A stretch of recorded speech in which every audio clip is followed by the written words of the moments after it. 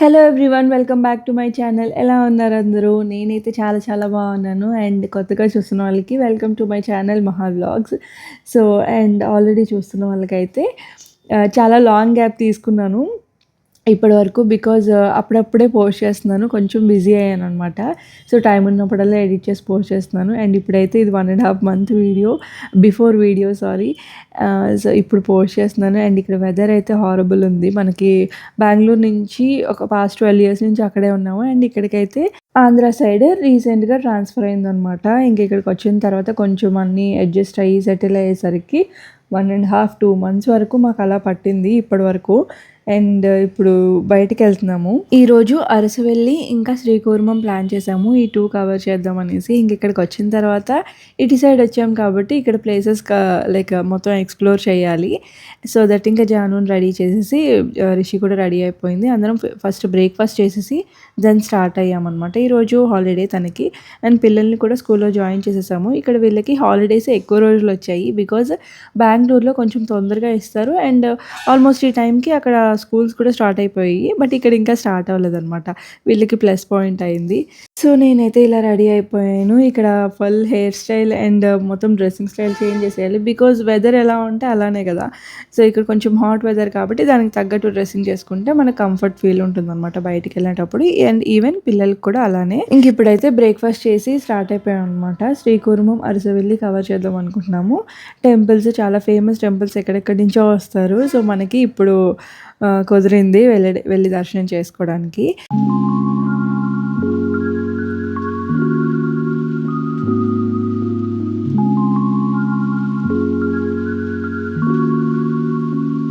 ముఖ్యంగా టెంపుల్స్కి వెళ్ళినప్పుడు మనం టైమింగ్స్ చూసుకొని వెళ్తే ఇంకా బెటర్. ఇంకొంచెం ఎర్లీగా స్టార్ట్ అయితే బెటర్ అనిపించింది మాకు. బట్ మేము అప్పటికప్పుడు అనుకొని వెళ్ళడం వల్ల సో మోస్ట్లీ 2 temples కూడా దర్శనం చేసేసుకున్నాము. అదొకటి మంచిదైంది.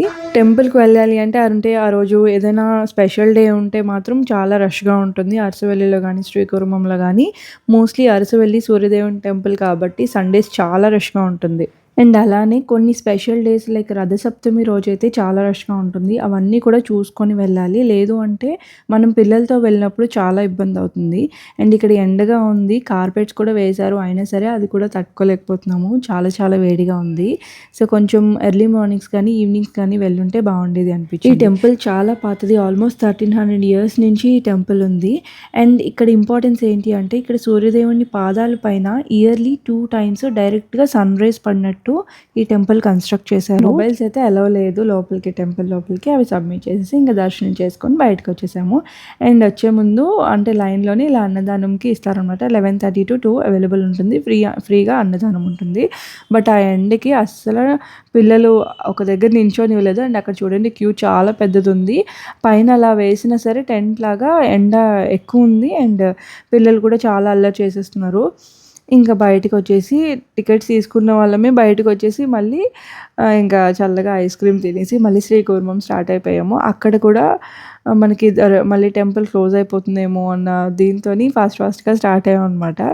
సో ఇలాంటి ఐస్ క్రీమ్ చాలా డేస్ అయింది కదా తిని. సో అందుకు కావాలని తింటున్నాము. నాకంత ఇంట్రెస్ట్ ఉండదు కానీ శ్రీకాంత్కి పిల్లలకి చాలా ఇష్టం ఐస్ క్రీమ్ అంటే. అరసవెల్లిలో ఇంకా కొత్తగా కన్స్ట్రక్షన్స్ కూడా అవుతున్నాయి. లైక్ కళ్యాణి ఇదంతా కడుతున్నారనమాట.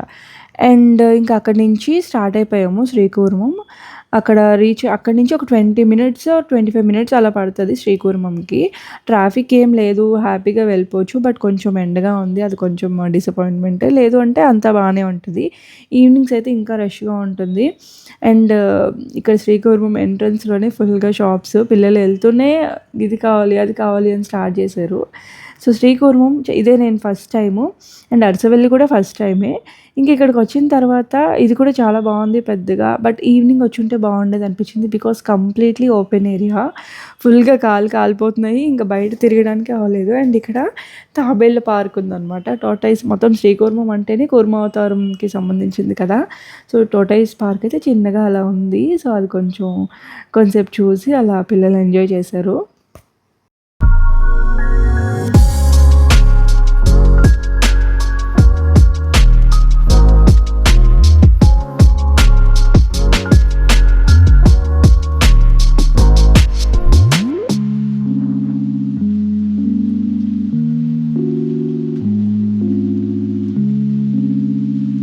సో ఈ శ్రీకూర్మం అండ్ ఇంకా అరసవెల్లి 2 కూడా శ్రీకాకుళంకి నియర్ బై ఉంటాయి ఆంధ్రప్రదేశ్లోని. సో కంప్లీట్గా హిస్టారికల్ టెంపుల్స్. శ్రీకూర్మం ఇంపార్టెన్స్ ఏంటి అంటే ఇక్కడ మనకి విష్ణుమూర్తి కూర్మావతారంలో కనిపిస్తారనమాట.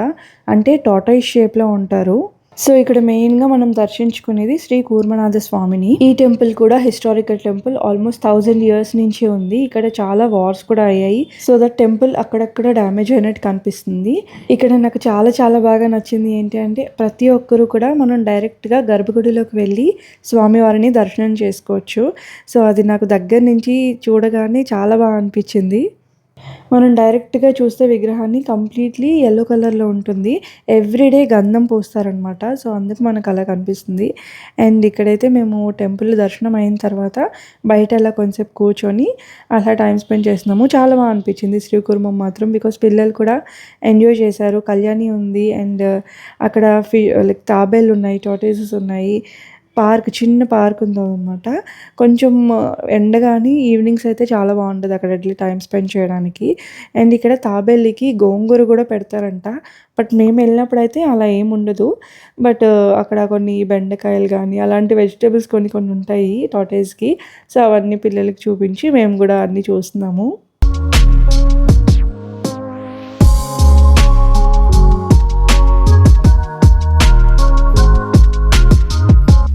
ఇంకా దర్శనం అయిన తర్వాత ఇంటికి వెళ్ళకుండా డైరెక్ట్గా బీచ్కి వచ్చాము లంచ్ చేసేసి. సో ఇక్కడ ఆల్మోస్ట్ 2:33 కల్లా రీచ్ అయ్యాం బీచ్కి. దగ్గరలోనే ఉంటుంది, ఆల్మోస్ట్ 2 kilometers ఉంటుంది అంతే శ్రీకూర్మంకి. సో ఇంకా బీచ్ ఎలాగో దగ్గర ఉంది కాబట్టి ఇంకా డైరెక్ట్గా ఇక్కడికి వచ్చేసాము. పిల్లలైతే అస్సలు ఊరుకోలేదు. స్టార్టింగ్ నుంచే బీచ్ అన్నారు, కానీ టెంపుల్ దర్శనం అయిన తర్వాత బీచ్ అని వాళ్ళని కన్విన్స్ చేసేసి ఇంకా ఫస్ట్ టెంపుల్ దర్శనం చేసుకొని బీచ్కి వచ్చేసాము. యాక్చువల్గా ప్రిపేర్డ్గా లేము, బీచ్కి వస్తామో రామో, టైం సరిపోద్దో లేదో అనుకొని ఎక్స్ట్రా క్లోత్స్ కూడా పట్టుకోలేదు పిల్లలకి.